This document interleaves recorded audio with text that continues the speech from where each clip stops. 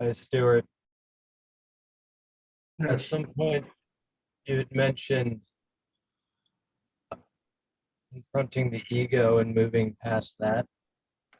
Wondering if you could talk about getting past learned behaviors and Uh, old wounds.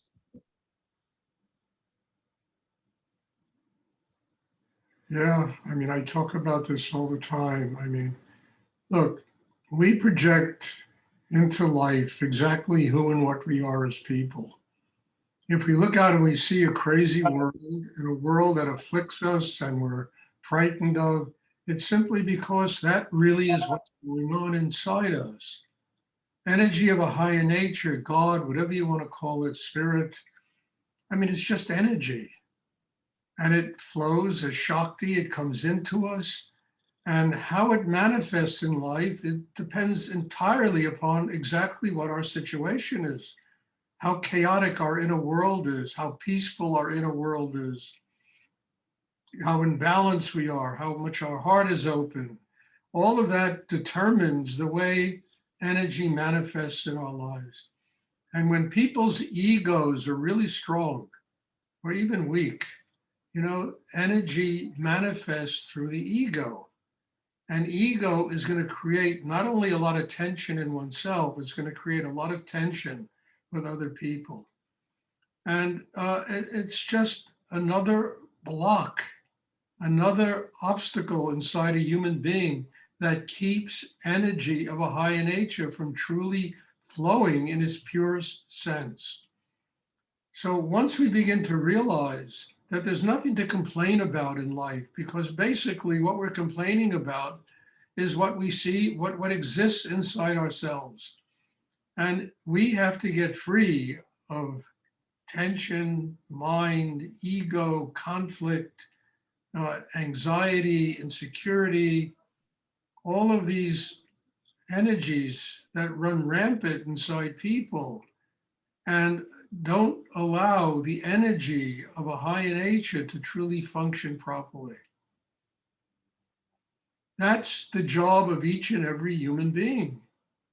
In order to have a spiritual life, you've got to get free of yourself. And we are the only thing in this world that keeps us from having a spiritual life, because all the rest of it is just energy. It just flows in a very pure and extraordinary state. It's Shakti that comes out of the infinite, and everything in this universe is a manifestation of it. We as people have to get free of the ego. Otherwise, what projects itself not only inside ourselves, but to other people in life is an ego and a will that in many cases tries to dominate everyone around us and creates an enormous amount of tension and an enormous amount of conflict in life. That's the pact that a human being has to make with spirit. I will do the work to get free of me.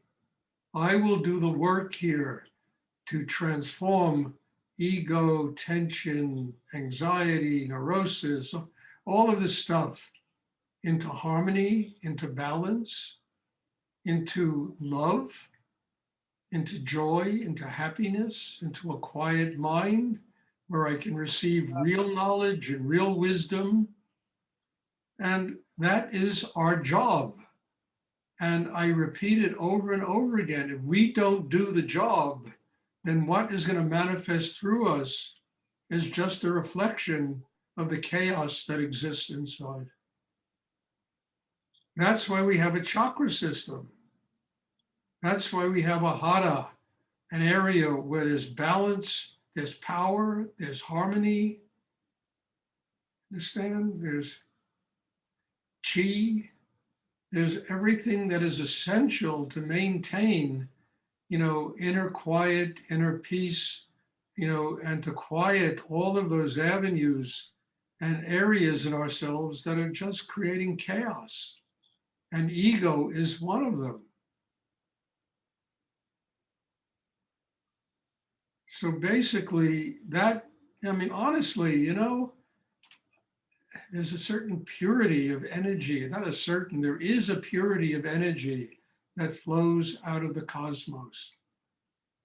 Then it enters us through the crown chakra, through the palms, through our feet, it enters us. And then it manifests in our daily life in accordance to exactly how we are inside ourselves. And if there's a lot of chaos in us, there's going to be a lot of chaos in our world. If there's quiet, there's peace, there's openness inside ourselves, that's what our life is going to become. And all meditation is about is truly, it's not a religion. I always say this, it's not a cult. It's about learning how to master oneself. It's a craft. And that craft can teach a human being how to master themselves and how to get to a place inside themselves where that spiritual energy can flow through and not only manifest in the world as love, as compassion, as joy, but also, enable us to, draw the energy to the base of the spine where it'll activate Kundalini. And Kundalini is the pathway in a human being to enlightenment. It's all basic common sense, There's nothing profoundly spiritual about what I'm told, although it sounds that way, but it's not. It's just common sense. If you're quiet inside, your life is going to be quiet. If you're full of noise and bullshit and complaints and neurosis, and that's what your life is going to be like. And the proper use of inner work and meditation is to transform all that chaos into harmony and balance, into love, into an open throat chakra so we can communicate with the world on a high level. A quiet mind so we can receive real knowledge. Not all this ego crap we develop in our brains that gives us some false sense of self-importance.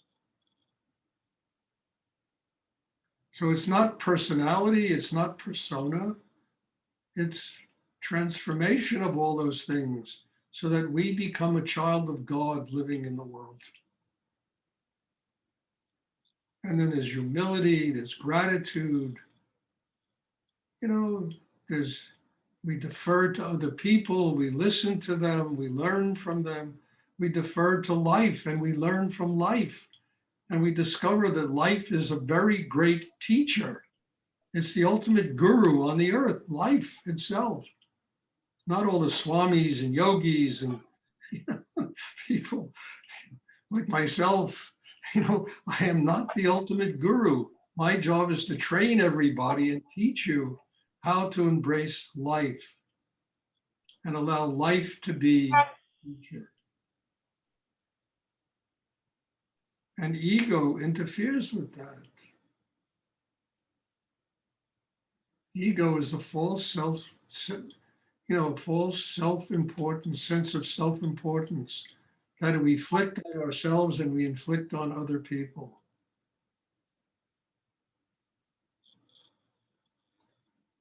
And our work is to get free of that and all of the inflictions that it incurs on ourselves and on other people, and let the real strength in the universe talk for us, which is spiritual energy, God, higher energy.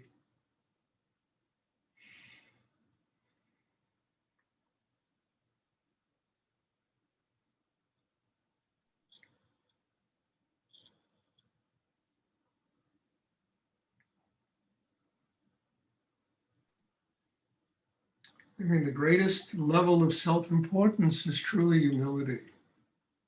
And then you never think you're important. You just have a great sense of gratitude to God, to life, to people, to family, to friends.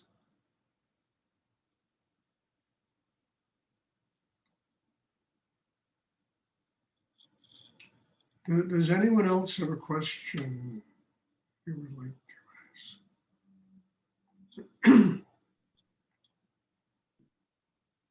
I'll ask a question, Stuart. What came up was asking you to speak about the difference between tears from emotional suffering and negative emotions and tears from gratitude.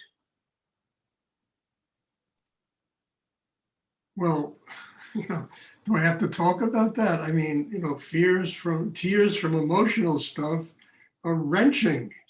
They drain all your energy out of you. Tears from gratitude, your heart gets filled with love and joy. And I don't have to go on with this because that basically is what happens when we're ripped apart emotionally and we're crying and it's just draining our life force out of us. And we're allowing whatever situation created that to just drain us of all our vitality. Then there are tears of gratitude. Your heart is so full of joy that my heart, it happens to me often, my heart is so full of joy. These tears flow out of me. And that's a different condition than being wrenched by the pain of loss, the pain of, relationships breaking up and all this stuff that just so, destroys people. And then the tears of gratitude, my God, your heart is swelling with love and joy. You're so grateful to have. I mean, look, when I first met Rudy, the first 6 months I sat in his class, I mean, after every class, my shirt, my t-shirt, whatever shirt I was wearing, was soaking wet with tears. And at the same time, I was so grateful that I had found this person that I had been looking for 9 years. I'd been looking for him. When I left the meditation, I just floated home. I didn't walk. I was 6 feet above the pavement, That's how I felt. Much different than being wrenched and gutted by tears of loss and pain. And when you begin to feel that kind of gratitude, there really isn't loss. When people die, they move on to another kind. You have to be grateful and happy and joyous, that they're taking a vacation from all of this stuff. A vacation for 40 days, come back in another body and try again to develop a chakra system that will give them a spiritual life. I remember when my mother died, I was sitting in her bedroom, I think the day before she died, and I was doing a deep meditation there. And my father came, the soul of my father came into the room. And he just said, I've been waiting. It's time for us to move on. I mean, it brought tears to my eyes, but they were tears of such gratitude and joy. Not that gut-wrenching sense of loss and that just cripples us, You come out of relationships and they're bad and you have this cripples you. Just be grateful that you spent whatever time you spent with that person and they were part of your life and you learned something, and allow your life to move on. I mean, when I went through hell in 1996, I really went through hell here. I mean, and I won't go into it why or what. Every time I went up to Nityananda, to Rudy, to Ramakrishna, to Ramana Maharshi, a host of other teachers, all they told me was forgive. Just the only way to move on from this hell that you're experiencing now is to forgive. And when I finally arrived at a place where I could forgive some horrible things that were going on, really horrible things from people, I mean, my whole life moved to the next dimension. And all of that just became strength inside me that enabled me to move on to the next dimension. The next cycle that I had to enter in my life.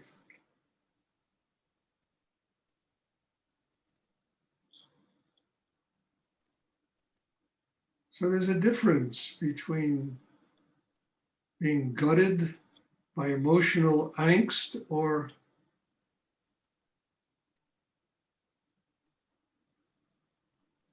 feeling such profound gratitude that tears begin to flow.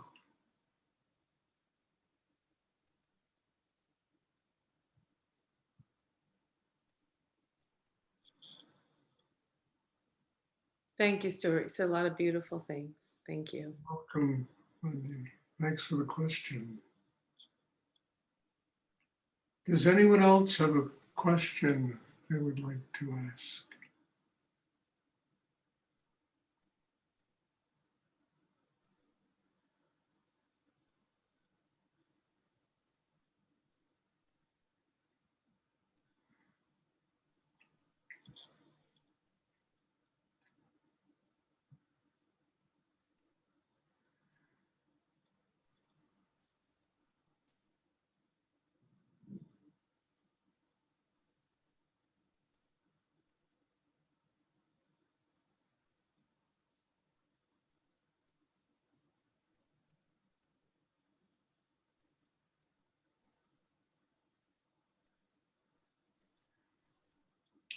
Okay, if there are no more questions, then there'll be a class tomorrow evening, and I'm looking forward to seeing everybody. And again, I hope you're not tired of this, but God bless you all. And I just feel such a gratitude to be able to come here and do this work with all of you. And the demands you make on me are wonderful. I must say, I get tired sometimes. I was very tired today, but as Rudy once told me, you can be tired on your own time, but you can't be tired on God's time. And it's really true. It's really true. So bless you all and thank you. And there'll be a class tomorrow evening, and I'm looking forward to seeing you all. Bless you. Night, Stuart. Good night. Thank you. Good night. Good night, Stuart. Thank you.